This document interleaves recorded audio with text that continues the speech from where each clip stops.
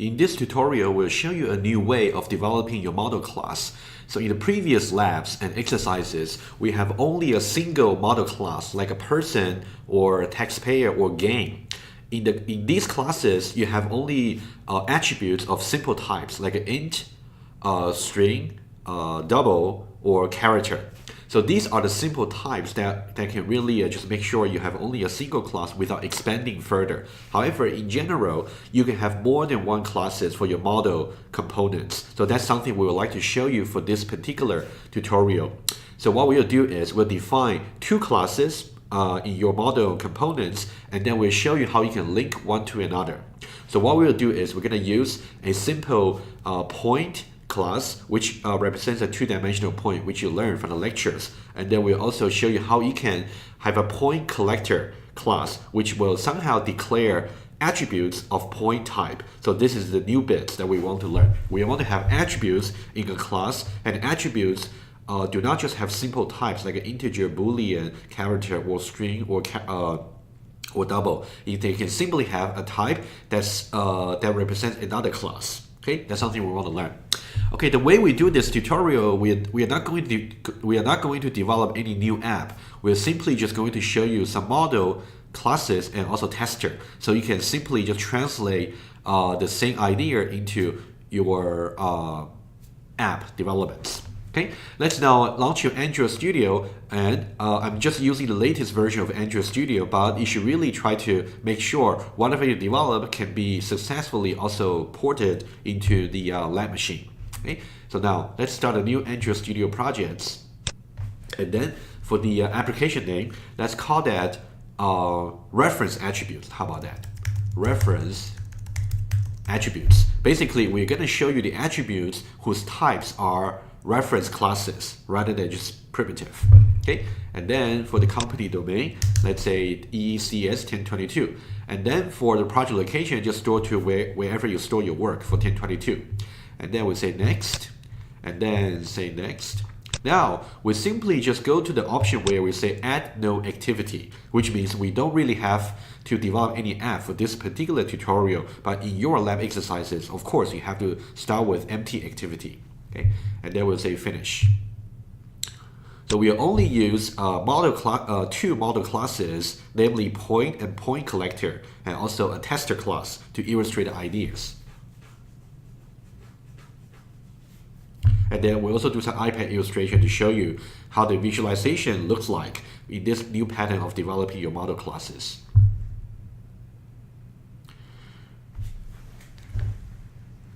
Okay, as soon as the Gradle has finished building, then we'll start developing the first class, which is the point. And you already learned about this class in the lectures previously. So we'll do this class rather quickly. The more interesting bit is about how you can define another class, which is going to declare attributes of type point. So that's the interesting part you haven't seen so far. Okay, so let's go to project over here, under app and under Java. So now we will see that we have this package here, EECS1022 reference attributes. So that's our package. Okay, so now let's first of all create a new class for our model. Okay, so in this particular tutorial, we want to show you that in your model components for developing your app, in general, you can have as many classes as you like, rather than just one single class. For a previous lab, we just wanted to make it simple for you to learn. But now we want to show you the slightly more general case, which is much more likely the case in your future development. You might need more than one classes. Okay, the first class we're going to create will be, let's right click on this package here and say new Java class. Let's call that just point. Okay, and then let's create a point class very quickly. Okay. So let me just delete this automatically generated code. And then, so let's say we got the points, two-dimensional point, which got x and y coordinates. So we say double x and double y. Okay? And then for the constructor, also as we learned, the constructor with the same name as a class, double x, double y. As you can see, the x and y parameter names over here clash with the attribute names. So we must use this keyword to disambiguate, to make sure we say this.x is really referring to the attribute x, and then it's assigned to x over here, and the x on the right hand side is referring to the parameter over here. Okay, we have discussed this in the class, so hopefully this makes sense to you. And this y is assigned to y. Okay, that's a very simple constructor over here. And then we're also going to define two methods just for illustration. We want to define one mutator which will move up the points by certain units, and also we're going to define our standard accessor method for displaying the string description for the point object toString method. Okay, let's do that very quickly. So now the first method will be move up. So it's a mutator method which returns void. And then let's say move up. We're going to move out the current objects by certain units. So let's say double units. Okay. So now because if you move up, it will only change the y coordinate value. So say this dot y plus equal units. Okay. And then we have a, let me just do some annotation for you. And again, this is the standard way of organizing your Java class. You do not have to really follow this order always, but it's good practice for you to follow. Okay. So now over here we got attributes, and here we have constructor.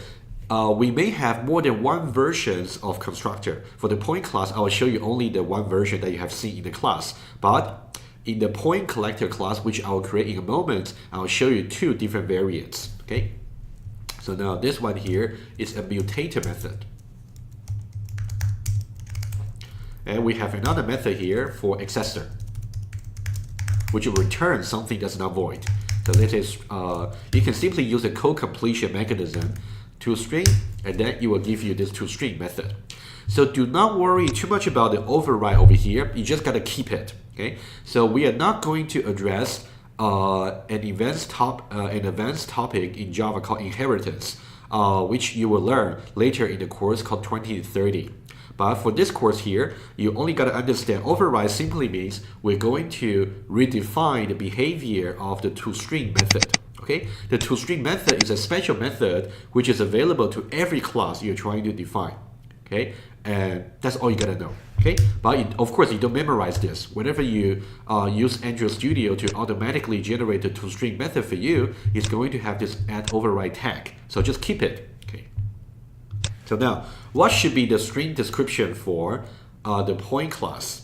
Okay, so now we can simply print out the x and y coordinates. So you can say a string, I would say s, initially empty, and then we're going to accumulate this string by, let's say s plus equal, let's say parenthesis, opening parenthesis, plus the value of x, you can say this dot x if you wish, plus separated by comma and space, and plus this dot y, and then plus closing parenthesis.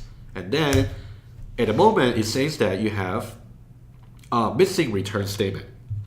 So remember, for every accessor method which returns something that is not void, you have to make sure you return a value that's compatible with this return type. So you may have multiple return statements in your accessor method, that's okay. However, it's more recommended you follow a simple pattern, which means you can do whatever manipulation of your values as you like, but eventually the last line of your accessor method is going to be a return. Okay, I just say return s. It's a much easier way to make sure you don't have any compiler errors like missing return statements. Okay, so that's about our point class over here. So what we'll do now, we will actually create a tester class to actually illustrate to you how we can manipulate the point objects. And then I'll give you some intuition about what it means when we try to assign reference variables in the tester. And then we'll move on to the second model class called point collector, which will do exactly the same thing. Okay, let's now create a tester. So we'll go step by step. So right click on the package and then say new Java class, and let's call that point tester. Okay, so let's also delete this automatically generated comments here, and then we're gonna define a main method: public static void main string args. Okay, so now we have this tester over here. Let's try to do some simple manipulation. Okay, if I say point and then I say p1 is assigned to new point, and then let's say we simply got 2 and 3. Okay, like that.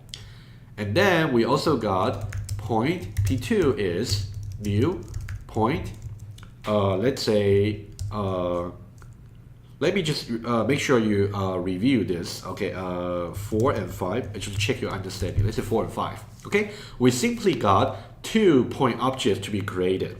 So now, what I want to do first of all is to review what you learned so far in the object classes. So if we say P1 not equal to P2, okay, what does that mean? Basically, remember we said before, when we say P1 and P2 over here, let's try to visualize this very quickly and then see the debugger, okay? So now we got P1 and P2, 2, 3, and 4, 5. Let's look at that very quickly, okay?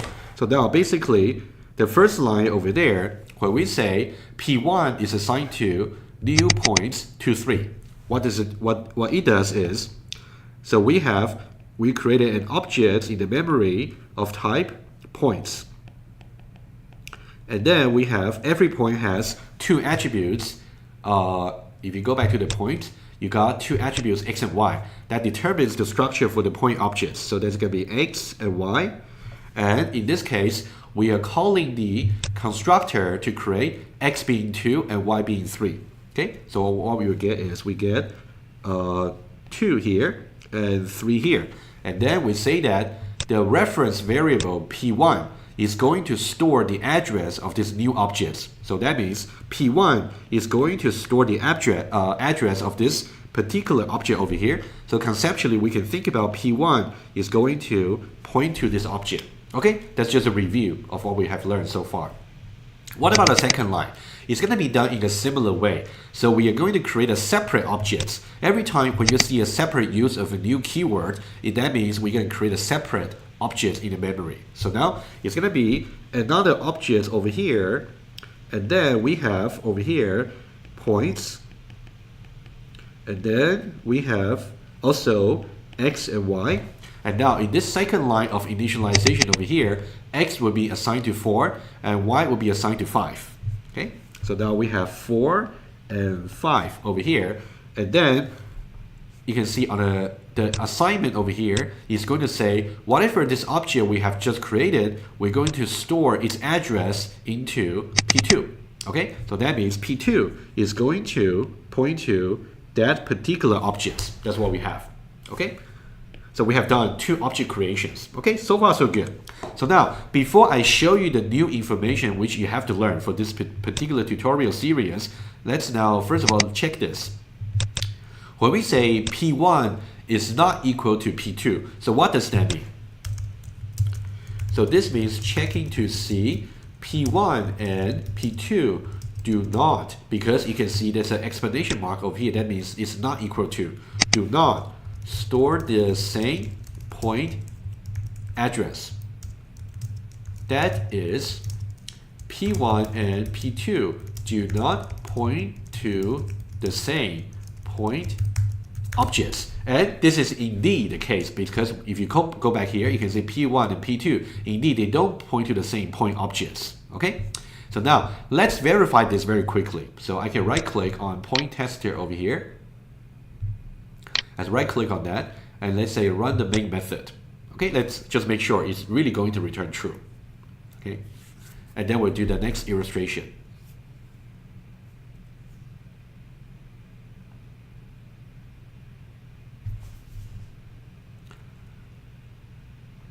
Okay, it's going to display the result in the console. That means they are indeed not equal. Okay, so now let me just make some comments here so you can make it more sensible. Okay, so now we can say reference variable P1 and P2 store different addresses. Okay, they simply store different addresses, and then you have to make sure you bracket this together. So that means we're going to so this expression itself is a Boolean value. It's going to compare P1 and P2, the 2 addresses, and then it's going to be either true or false. And then whatever the result it is, we're going to concatenate that with this string description here. Okay, so let's just try one more time. Okay, click on the play, and then it's going to update the result. Okay, you can see that reference variables P1 and P2 store different addresses, and this is indeed the case. So that's true. Okay, so now let's now go to the let's now again verify this in the debugger. Okay, again, you should really, up to now, you should really know how to use a debugger, which is a very important skill for you to pick up from this course. If you click on the breakpoint over here, okay, right before we try to execute this, we want to see exactly what P1 is and P2 is, okay? So now we're gonna do, rather than saying play, we're gonna do debug. If we click on that, let's see what's gonna happen, okay? It's gonna pause over here right before we try to execute this system.out.println line. Okay? Now what I want you to see is this. You can see P1 over here, this line, P1 is equal to point at 491. Okay? That's indeed the address. Okay? Point at 490. So what does that mean? That means P1 itself is storing this particular address. And what's this address? This address is exactly where we can find this particular object in the memory. So again, you can see that P1 over here does not store the entire object like this. The entire object is not the case, okay? It's only going to store this address of this particular object. Similarly, if you look at P2 over here, you can see it's point at 491. You don't have to really make sense of this the absolute value of the address. All you gotta know is P1 and P2, they represent two different addresses, hence different objects. Okay, so now we can just annotate that very quickly. So P2 over here is storing this particular address point at 491. You can see 490 and 491, they are simply just different. And again, P2 does not store this entire object here. It does not. It simply stores its address to see where we can look up its location in the memory. Okay, it's point at 491. Okay, that's something, again, it's just a review. Okay, we can see both from the visualization, we can see P1 and P2, they're pointing to different objects. At the same time, we can also see from the debugger, you can see the addresses of these two reference variables, they simply store different values. Okay, so now let me start the debugger, and then now I want to illustrate something over here. Okay, let me just stop the debugger, point tester. Okay, what I want to do now is, I want to, first of all, review something very simple, okay? So now, let's try to review the following. If I have integer I is assigned to 23, okay? So that means I is a placeholder for integers, and I is currently holding the value 23, okay? Now, think about what's gonna happen here. If I say integer j, I say it is assigned to I. What does that mean? Okay, let's think about this visually, and then because the same principle is going to be applied if we change the variable type into point or any class. Okay, let's go to the iPad and illustrate this. Okay, I'll just use a new page over here. Let's just say integer I is assigned to 23. This is number one. Okay, so what does that mean? So number one is going to declare a placeholder called I, and then we store the value of 23 inside. Okay, that's what line number one would do. And then line number two, we say that integer j is assigned to I. So somehow we are trying to store the value that is currently stored in I into the target j. Remember, we said that this is the assignment source, this is the assignment target. Okay, as we learned from the elementary programming lecture. Okay, so what line number two would do is we simply declare another placeholder over here, and then we actually do the following. We declare the placeholder called j, and then the value of j is going to be a copy of the value that's currently stored in I. So we simply copy 23 into here. It's like a copy and paste as you usually do. Okay, that's it. Okay, so far so good. Okay, now I'm going to draw the same analogy into the context for reference variable. Okay, so now I'm going to ask you the following. Let's try to apply the same principle. Now, if I try the following to say point P3, okay, how about just P1 and P2? If I say P1 is assigned to P2, So what does that mean? Okay, P1 is assigned to P2. Okay, apparently you can see that this is just another assignment. We are trying to somehow assign the value that is stored in P2 into P1. That's what we know. We just apply the same principle as saying, when you have this line over here, we are trying to assign the value that is stored in I into the placeholder for J. Okay, and over here we are trying to assign the value that is stored in P2, which is an address, into the placeholder called P1. Okay, let's try to see exactly how this is going to work out. Okay, again, let's go to iPad over here, and then we'll put it side by side.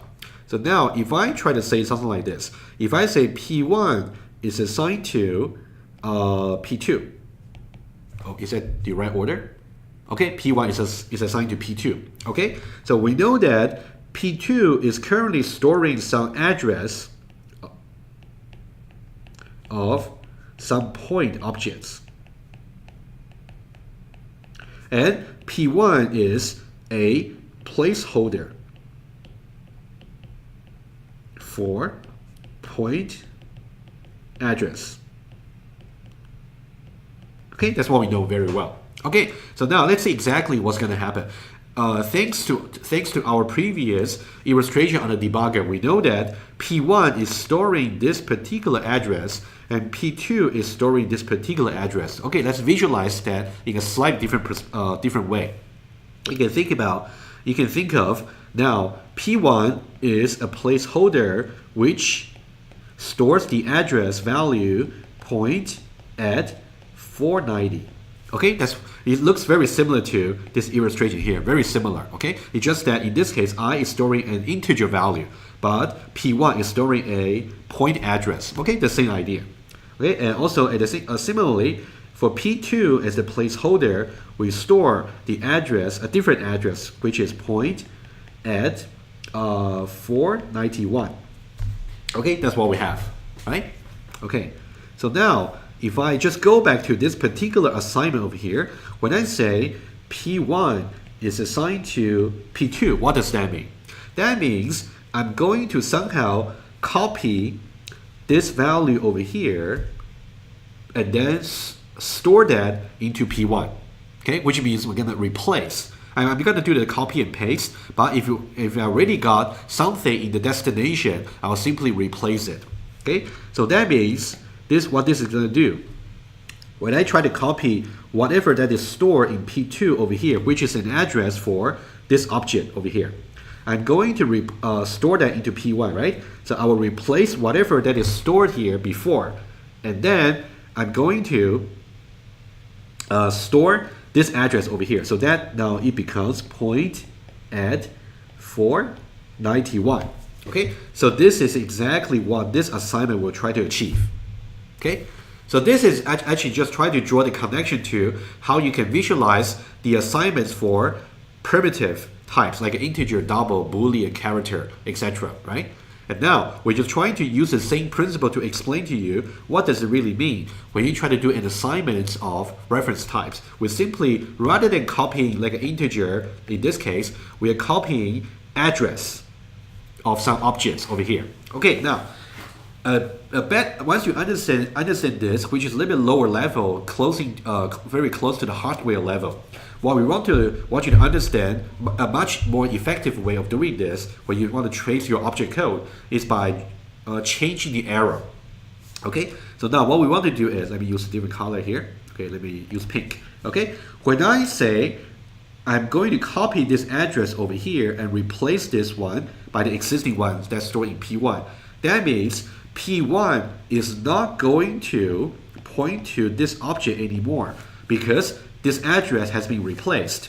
And then what is P1 going to point to after the assignments here? So P1 is now going to point to this object over here, which has the address point 491. Okay, so now that means right now we have two address holders, P1 and P2. They both store the same address to the same objects. Okay, you can see that after this, P1 is going to store point at 491. Okay, to make it more visual to you, you can see after this assignment here, we have P1 pointing to this object here. We have P2 also pointing to this object here. Okay, there is a special term for this. When you have more than one address holders that store the same address for the same objects, it's something called aliasing. Okay, I'll just write it down here. Aliasing. So aliasing, you can think about in the real life. Aliasing in real life, aliasing simply means a person has more than one names. Okay. However, in the context of object-oriented programming, we borrow the concept to say if you have a particular object over here, its address is actually stored in here and here. That means also aliasing. You can think about the object itself is like a person, and then you have the two placeholders like a names, like they have name either P1 or P2. Okay, they store the address of the same objects. Okay, so now after this, having said this much, so basically let me recap very quickly. When you do P1 is assigned to P2, basically you're just trying to replace the address that is stored in P1 by the address that is stored in P2. Okay, we just copy the address over here. Okay, and then visually speaking, you're just redirecting the arrow that is P1 is currently pointing to into this target object here. Okay, so now what that means is, so now after P1 is assigned to P2, so now if I say system.out.println, okay, I'm gonna basically just do actually copy the same line over here. So now let me just do one more line here, and then I'll change something and then make things better for you. Okay, so now we can say assigning P2 to P1, which means we are storing the address that is stored in P2 and store that into P1. Okay, so now after this, reference variables P1 and P2 store the same address, which means we can simply change this to be equal. Okay, and then we just do launch the program again. So this is what we'll see. Okay, you can see it's true. It's true that before we try to assign P2 to P1, P1 and P2 they point to different they store different addresses. They point to different objects. However, after we do the assignments from P2 to P1, after that we actually have P1 and P2 storing the same address. Okay, you really want to study this simple example very carefully. So whenever we do assignments for reference variables, reference variables actually store addresses of objects. So that means we're copying addresses of objects from one place to another. Visually speaking, we're just redirecting the arrows like what we show over here. Okay, redirecting the arrow from here into here. Okay, that's about it. So now one more thing I want to show you very quickly. One more thing. So now let's say again, let's try to do some little bit more illustration over here.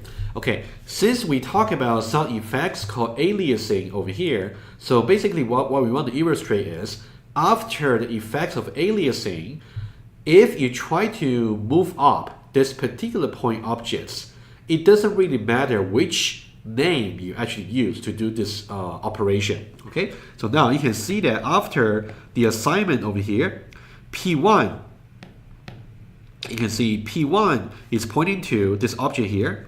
P2 is pointing to the same objects. If I want to change this particular object here, it does not matter which name I can use. I can either use P1 or I can use P2. It doesn't matter because P1 and P2, they are indeed storing the same addresses, okay, for the same objects. Okay, so this is I want to illustrate to you. Okay, that's really the essence for aliasing. Okay, so now before aliasing is created, okay, that's one thing, and after the assignments is after the aliasing is created. Okay, there's something I want to illustrate to you first of all. Okay, so now I want you to look very carefully of what I'm going to do now. So first of all, let me say if I have let's say P1 dot move up. Remember, P1 was created as 2 and 3. Okay, and then I'll draw a new diagram for you in just a moment. When I say P1 now move up, let's say move up by 3 units. Okay, let me just go back to the illustration over here and then I'll show you. Okay, so now let's go back to a new diagram over here. I'm going to redraw everything. Okay, so here we got P1 over here. It was created as an object of 2, 3. Okay, so we got 2, 3 over here. So we have point, and then we have x and y, 2 and 3. Okay, and also we got P2 over here, and then we have another point over here, and also we got x and y, and then let's just make sure we got it correctly, and then 4 and 5. Okay, 4 and 5. Let's try the following. You can see, to begin with, before we do the reference assignments, P1 and P2, they point to the same, they point to different objects. Okay? Since they point to different objects, if I try to use P1 to modify this particular object over here, it's not going to change anything on these separate objects. Okay? Let's make sure that's really the case. Okay? So what I can do is, I can say, once I say P1 then move up 3 units, well, so what I would do, I'll let you trace the method. Okay, we have done that for quite a bit of time. Okay, so now if I say move up by 3 units, that means P1 dot y is going to be move up by 3 units. So that'd be 6. Okay, that's what you would do. You just have to somehow trace the definition for move up, which would be P1 dot y. In this case, P1 is this. Okay, P1 dot y plus equal 3 units. Okay. Okay, let me just go back here. So you can see, according to the diagram, after we say P1 that move up 3, he only modifies this object here. That means P2 remains to be 4 and 5. Let's verify that, okay? Let's verify very quickly. Before aliasing is created, we'll say, since P1 and P2 point to different objects, calling P1 dot move up 3 does not modify attribute values of P2, okay, of the object pointed to by P2. Okay, so basically modifying this object here does not change the object that's pointed to by P2. Okay, let's verify that. That means P2 should remain to be 4 and 5. Okay, let's try this one here.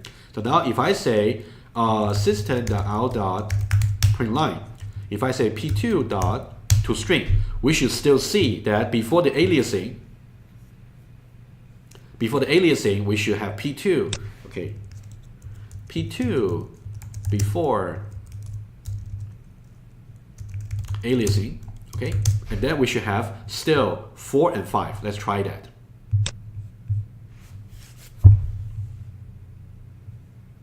Okay, you can see that P2 before aliasing, we got 4 and 5. Okay, so now let's go to the point that after we do the assignments, P1 is assigned to P2. First of all, let's review what's going to happen. When we say P1 is assigned to P2, okay, let me use a different color here. When I say P1 is assigned to P2, that means whatever address that is stored in P2, we're going to copy that over and replace the current address that is stored in P1. Conceptually, we're going to say P1, rather than pointing to this object anymore, is going to point to this object over here. Okay, that's what you will do. So that means we are now going to have 2 pointers pointing to the same objects over here. So you might have the question about what happened about this particular object here, because apparently there's no arrow pointing to it, so you don't have to worry. There's something called automatic garbage collection.